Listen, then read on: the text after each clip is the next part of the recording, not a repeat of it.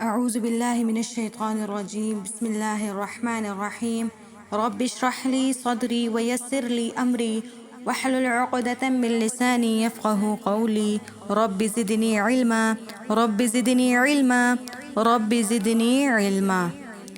آج کے سبق میں ہم سیکھیں گے سورۃ العادیات تجوید کے ساتھ لفظ بلفظ۔ آئیے شروع کرتے ہیں۔ سورۃ العادیات مکیہ، سورۃ العادیات مکی صورت ہے، مکہ مکرمہ میں یہ صورت نازل ہوئی۔ بسم اللہ الرحمن الرحیم والعادیات ضبحا۔ یہاں پر لام کے اوپر ساکن ہے، تو یہاں پر ساکن حرف کو ہلانا نہیں ہے، یعنی ول نہیں کرنا ہے۔ ساکن حرف کو، جس کو جزم بھی کہتے ہیں مجزوم بھی کہتے ہیں، اس کو اپنے مخرج میں روکنا ہے۔ کیسے؟ ول اگر ہم نے ول کر دیا تو یہ ہلانا ہوا۔ والعادیات عین کے اوپر کھڑا زبر ہے، ایک الف کے برابر کھینچ کے پڑھتے ہیں۔ والعادیات ضبحا، با کے اوپر ساکن ہے، قلقلہ کریں گے، قلقلہ میں آواز کو ہلانا ہے۔ ضبحا والعادیات ضبحا فالموریات قدحا۔ یہاں پر بھی لام کے اوپر ساکن ہے، ہلانا نہیں ہے۔ منہ میں واو ساکن اس سے پہلے پیش ہے، تو یہاں پر یہ واو مدہ ہے۔ واو مدہ کو ایک الف کے برابر کھینچ کے پڑھتے ہیں۔ منہ فالموریات قدحا۔ حروف قلقلہ 5 ہے، قاف قا با جیم دال۔ جہاں بھی یہ حروف آ جائیں اور وہ ساکن ہوں، اس کے اوپر ساکن کا ہونا لازمی ہے، تب قلقلہ ہوگا، تو وہاں پر آواز کو ہلائیں گے۔ قدحا فالمغیرات صبحا۔ مغی میں یا ساکن اس سے پہلے زیر ہے، یا ساکن اس سے پہلے زیر ہے، تو یہ یا مدہ ہے۔ حروف مدہ 3 ہے، الف مدہ، واو مدہ، یا مدہ۔ جب بھی یہ حروف آ جائیں، الف خالی اس سے پہلے زبر ہو، یا ساکن اس سے پہلے زیر ہو، پہلے دیکھنا ہے، اور واو ساکن اس سے پہلے پیش کا ہونا ضروری ہے۔ اگر واو ساکن اس سے پہلے اگر پیش آ جائے تو واو مدہ، یا ساکن اس سے پہلے زیر آ جائے یا مدہ، اور اگر الف ہو اس سے پہلے زبر ہو، الف خالی ہوگا، تو یہ حروف مدہ کہلاتا ہے۔ ان تینوں کو ایک الف کے برابر کھینچ کے پڑھتے ہیں، حروف مدہ کہتے ہیں۔ مغی، اب یہاں پر یہ یا ساکن ہے تو اس کو یا مدہ کہیں گے۔ فالمغیرات صبحا فأثرن به نقعا۔ اب یہاں پر را ساکن ہے، را حروف قلقلہ میں سے نہیں ہے، یہاں پر ہلانا نہیں ہے۔ فأثرن، را ساکن اس سے پہلے زبر ہے، موٹا پڑھیں گے۔ فأثرن به نقعا، حروف قلقلہ میں سے قاف آ گیا، تو یہاں پر اس کو ہلائیں گے۔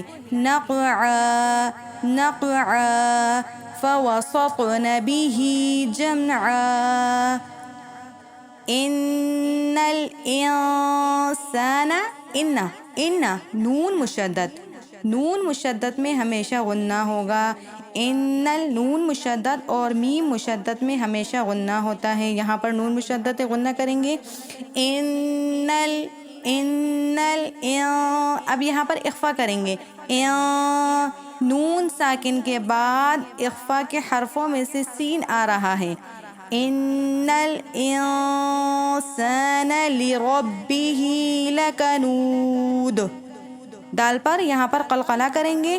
اب یہاں پر آپ کے ذہن میں یہ بات آئے گی کہ دال تو ساکن نہیں ہے، اس سے پہلے ہم نے کیا پڑھا کہ جب بھی حروف قلقلہ ساکن ہو تو وہاں پر قلقلہ کرتے ہیں، تو ہم نے یہاں پر وقف کی حالت میں لکنودن تا، دال کے اوپر دو پیش کی تنوین کو ہٹا کر لکنود، دال ساکن ہو گیا وقف کی حالت میں، تو ہم نے کیا کیا؟ لکنود، تو یہ کیا ہو گیا؟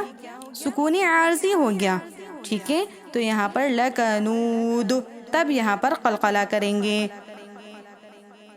کیونکہ ہم اس آیت کو لکنودن وف کی حالت میں نہیں پڑھ سکتے، وف کی حالت میں پڑھیں گے لکنود وَإِنَّهُ عَلَى ذَلِكَ لَشَهِيدٌ۔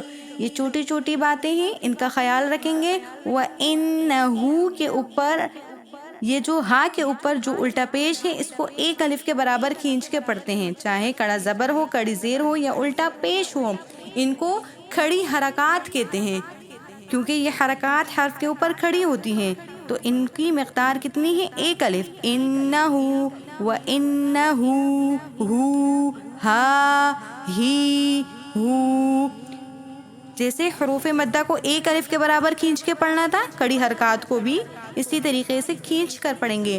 وَإِنَّهُ عَلَى ذَلِكَ لَشَهِيدٌ وَإِنَّهُ لِحُبِّ الْخَيْرِ لَشَدِيدٌ۔